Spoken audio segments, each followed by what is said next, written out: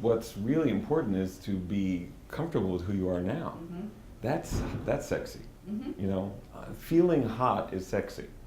Feeling good about yourself is sexy. To be apologetic and have to say, well, I was once good looking, is not, you know. I remember being on a date, this was quite a number of years ago, with a much younger man, and it was our second date, and we're sitting at dinner, and he looks across the table, and he said, in your day, you must have been quite a looker. And it was one of those times, well, of course, that was the end of the date in my mind, but I actually, one of those times I gave him the answer I'm glad I gave. I looked and I said, well, actually, this is my day.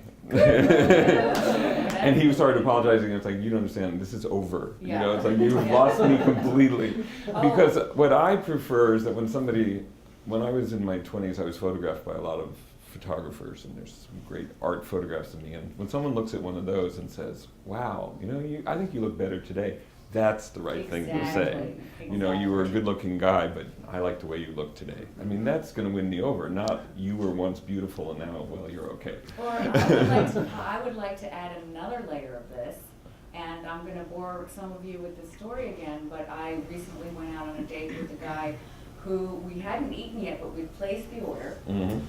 At a place that makes great eggplant parmesan. And he started talking, the food hadn't even arrived, and he was going on and on about this. If I hear one more straight guy tell me about his 20-something ex-girlfriend who was a Brazilian model, I swear to God, either they're Brazilian models or they used to model lingerie or something, like I get it. And it lasted, this guy waxed poetic about it and said, and I said, well, what happened? What ended up happening with you two? And I'm already out the door, but I just wanted to know. And he said, well, she lives in Ireland and you're here. And luckily, and I swear to God this is true, and I have the pounds to show for it, but I swear to God, right then the waiter was walking by kind of slowly, and I turned to him and I said, could I get this wrapped up to go? And I'm so glad, because it was delicious and better the next day. But I don't understand the phenomenon of men talking about other men or other women on a date. Certainly not, I mean, not the beginning of your date, not the first date.